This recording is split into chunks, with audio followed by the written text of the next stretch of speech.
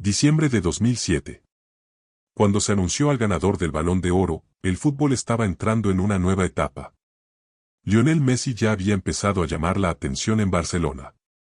Cristiano Ronaldo acababa de firmar una temporada extraordinaria con el Manchester United.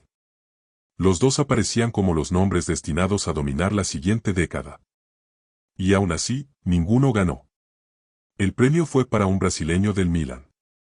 Ricardo Isexson dos Santos Leite. Kaká.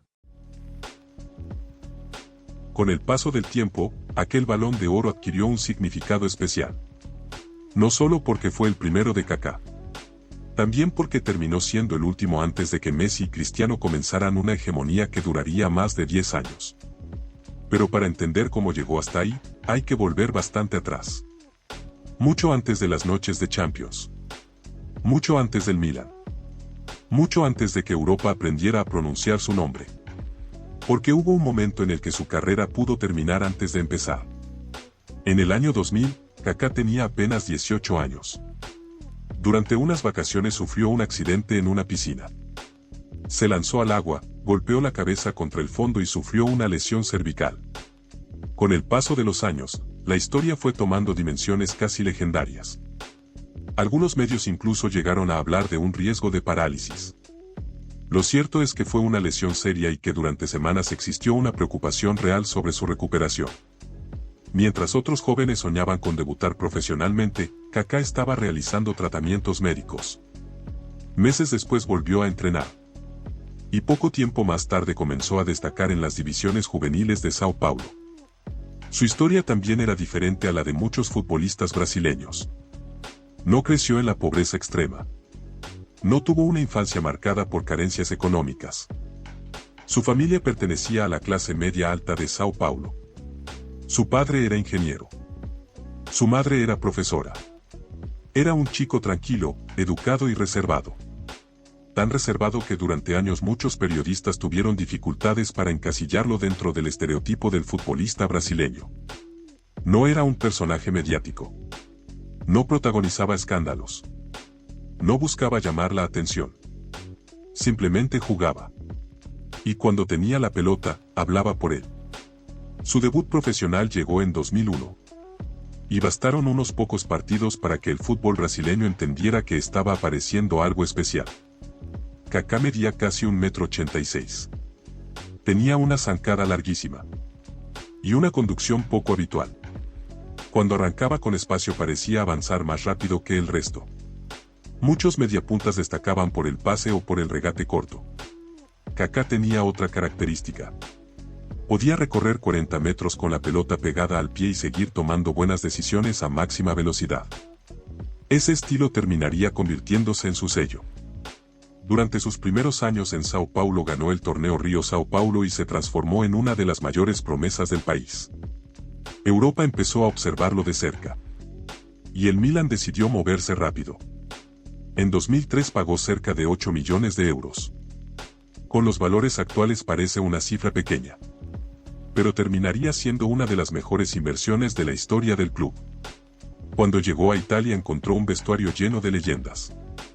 Paolo Maldini, Alessandro Nesta, Andrea Pirlo, Clarence Seedorf, Gennaro Gattuso, Andriy Shevchenko, Filippo Inzaghi. Era uno de los mejores equipos del mundo. Y aún así, Kaká logró hacerse un lugar muy rápido. Carlo Ancelotti entendió algo que otros entrenadores tardaron más en descubrir. Kaká no necesitaba tocar la pelota 100 veces para dominar un partido. Podía pasar desapercibido durante varios minutos. Y de repente romper una defensa con una conducción. Un pase. O una aceleración imposible de seguir. En su primera temporada fue elegido mejor futbolista extranjero de la Serie A. Y el Milan volvió a convertirse en uno de los equipos más temidos de Europa. Pero hubo una noche que marcó a toda aquella generación. La final de la Champions League de 2005. Estambul. Milan contra Liverpool. Al descanso, el marcador mostraba un contundente 3-0. Los italianos prácticamente sentían la copa en sus manos. Entonces ocurrió algo que todavía hoy parece difícil de explicar. Liverpool empató el partido en apenas 6 minutos. El encuentro terminó llegando a los penales. Y los ingleses completaron una de las remontadas más famosas de la historia del deporte. Para muchos jugadores del Milan aquella derrota fue una herida abierta. Y para Kaká también. Porque había jugado un gran torneo. Había llegado a la final. Y aún así regresó a casa sin el trofeo. Esa sensación lo acompañaría durante los 2 años siguientes. Mientras tanto, su crecimiento continuaba. Con Brasil ganó el Mundial de 2002 siendo muy joven dentro del plantel. Compartió selección con Ronaldo, Ronaldinho, Rivaldo, Cafú y Roberto Carlos. Más adelante también sería campeón de la Copa Confederaciones. Sin embargo, durante buena parte de esos años seguía viviendo bajo la sombra de Ronaldinho. Cuando la gente hablaba del mejor futbolista brasileño del planeta, casi siempre mencionaba primero al jugador del Barcelona. Eso empezó a cambiar en 2006. Y explotó definitivamente en 2007. La temporada 2006 a 2007 fue el punto más alto de toda su carrera. Y también la razón principal por la que terminó levantando el Balón de Oro. En la Champions League, Kaká fue simplemente imparable. Terminó como máximo goleador del torneo con 10 tantos. Una cifra impresionante para alguien que no era delantero centro. Pero los números por sí solos no explican lo que ocurrió. Lo importante fue cuando aparecieron esos goles. ¿Y contra quién? En semifinales esperaba el Manchester United. El equipo de Alex Ferguson. El equipo de Wayne Rooney. El equipo de Cristiano Ronaldo. Aquella eliminatoria terminó funcionando casi como un cambio de guardia entre generaciones. En el primer partido, disputado en Old Trafford, Kaká marcó 2 goles. El segundo sigue apareciendo en recopilaciones hasta el día de hoy. La jugada comenzó en mitad de cancha. Se metió entre Gabriel Heinze y Patrice Evra. Ganó un rebote imposible. Los 2 defensores chocaron entre sí. Y Kaká quedó solo frente al arquero.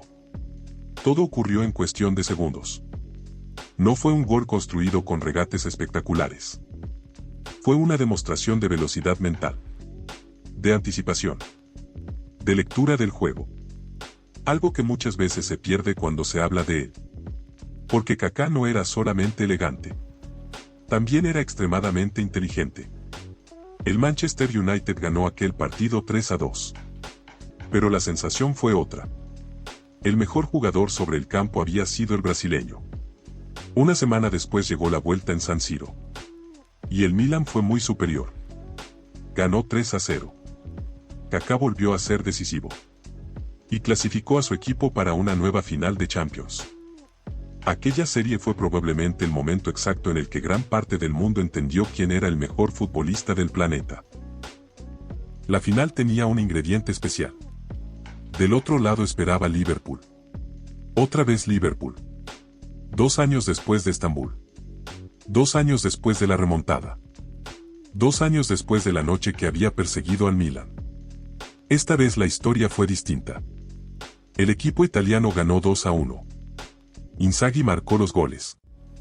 Y aunque Kaká no anotó en la final, fue el gran protagonista del recorrido hasta llegar allí. La imagen de aquella Champions quedó asociada a él. A sus carreras.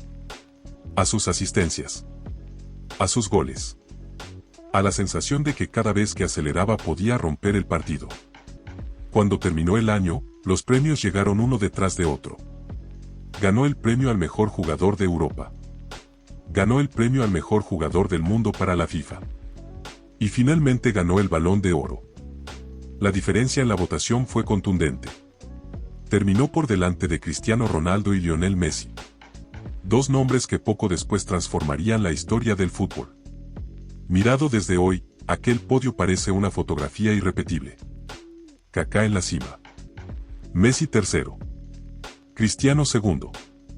Y los 2 futuros dominadores del deporte todavía esperando su turno.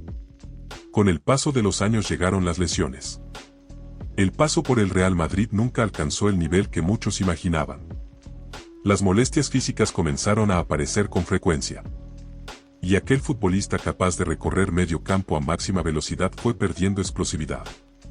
Pero eso no cambia lo que ocurrió en 2007. Durante ese año, nadie jugó mejor que Kaká. Ni Cristiano Ronaldo. Ni Messi. Ni Ronaldinho.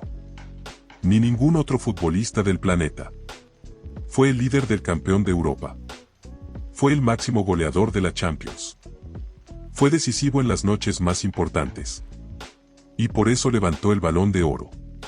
Un premio que terminó convirtiéndose en una especie de frontera histórica. Porque después de Kaká llegó una era completamente distinta. Una era dominada por dos jugadores extraordinarios. Y justo antes de que comenzara, hubo un brasileño que consiguió adelantarse a todos. Su nombre era Kaká. Y durante un año completo fue el mejor futbolista del mundo.